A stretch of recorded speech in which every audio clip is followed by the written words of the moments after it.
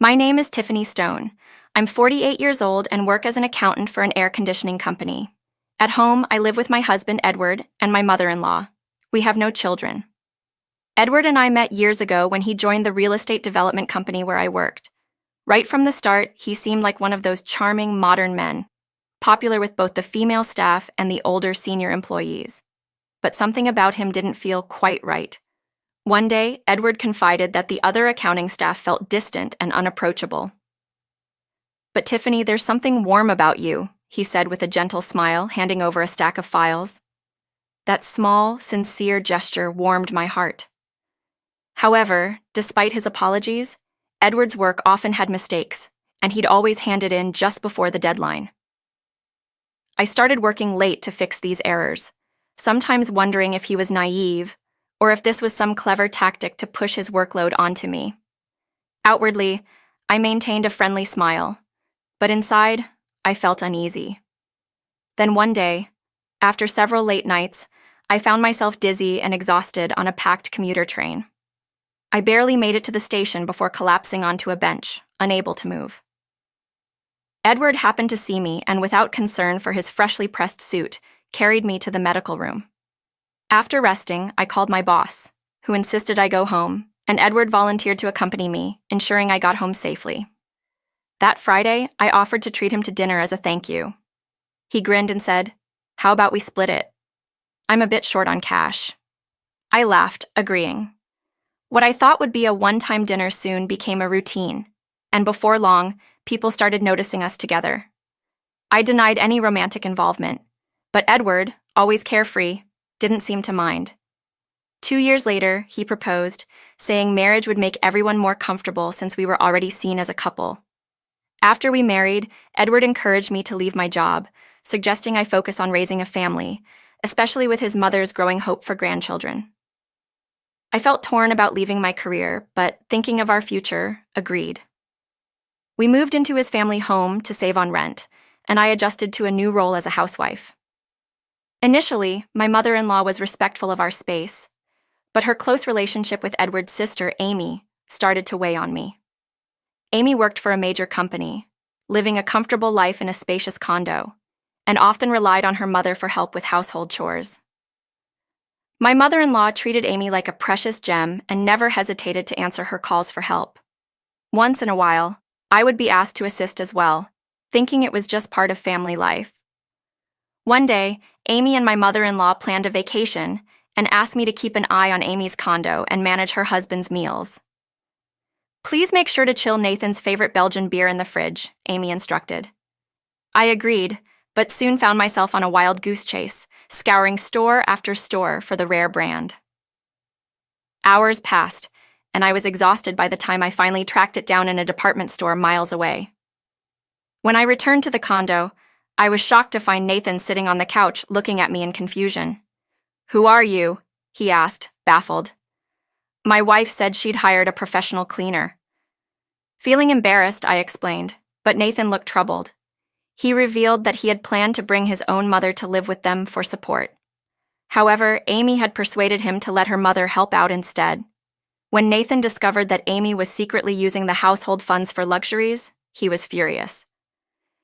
Amy returned from her vacation, and they had a massive argument. Their marriage began to unravel, and within a few months, they filed for divorce. Amy was devastated, and my mother-in-law, caught between anger and denial, started directing her frustration toward me. Life at home changed quickly.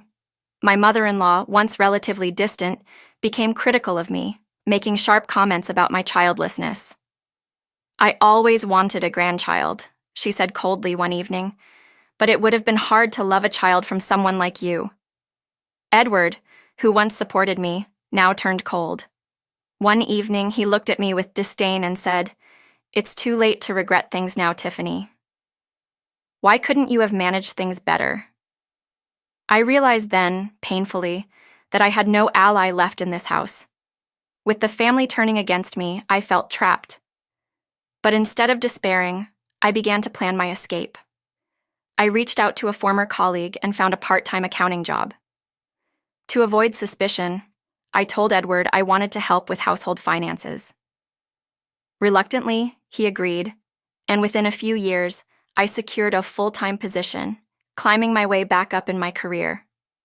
I was finally finding some happiness outside the home. Then, after 20 years of marriage, Edward dropped a bombshell. "Mom and Amy are moving in with us," he announced casually over dinner.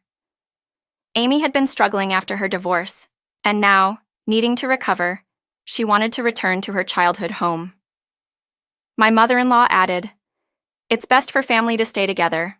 Outsiders should go back to their own homes," giving me a mocking smile. Inside, I was seething, but I stayed calm and replied, "I'll leave tomorrow." The next morning, after Edward left for work, I called a moving company and arranged for a dealer to pick up all the furniture and appliances I had paid for over the years. When my mother-in-law saw movers taking away the sofa, TV, and washing machine, she was dumbfounded. "You can't just take everything," she protested, but I calmly replied, "I'm just an outsider after all." That afternoon, I walked out with only my essentials, leaving Edward and his family stunned. A week later, we met at a lawyer's office to finalize the divorce. Edward argued against splitting assets, claiming I had contributed little, but I'd come prepared, handing the lawyer a detailed ledger of household expenses. For the past 5 years, I'd shouldered almost all costs, including groceries, utilities, and even car loans. My mother-in-law's tone softened, and they reluctantly agreed to a no-compensation divorce, eager to end things. However, life after my departure proved harder for them than they expected. Without my financial management, their debts grew, and Amy moved back in, creating even more chaos. Edward, who had no idea how to budget, was soon struggling to make ends meet. His carefree lifestyle caught up to him. His eating habits declined, his appearance suffered, and his once well-maintained charm faded. Desperate, Edward tried reaching out through my lawyer, hoping to reconcile and claiming he was ready to cut ties with his family. I refused, instructing my lawyer to block further contact. News of our divorce quickly spread, and Edward's mother's demands for a young, well-off second wife became the subject of local gossip. Her insistence on beauty, youth, and a dowry drew laughter and criticism from the community, and she eventually withdrew, shamed and isolated. Months later, I received a flurry of messages from Edward and his mother, begging for another chance. Ignoring their pleas, I focused on my new life, free from the oppressive ties of my past. One day, Edward's mother contacted my lawyer, insisting that I had taken shared assets, accusing me of using our money to buy a new apartment. In response, I showed documentation proving the funds came from stock options I had earned independently. At our final meeting, Edward's mother, still indignant, threatened to take me to court. But my lawyer countered, reminding her of her signed agreement to waive claims on assets. The family was at a loss, realizing they had nothing left to stand on. My mother-in-law's face turned pale as the truth set in. There was no way back for them, and I was free. I left that meeting with the satisfaction that I had finally won my freedom.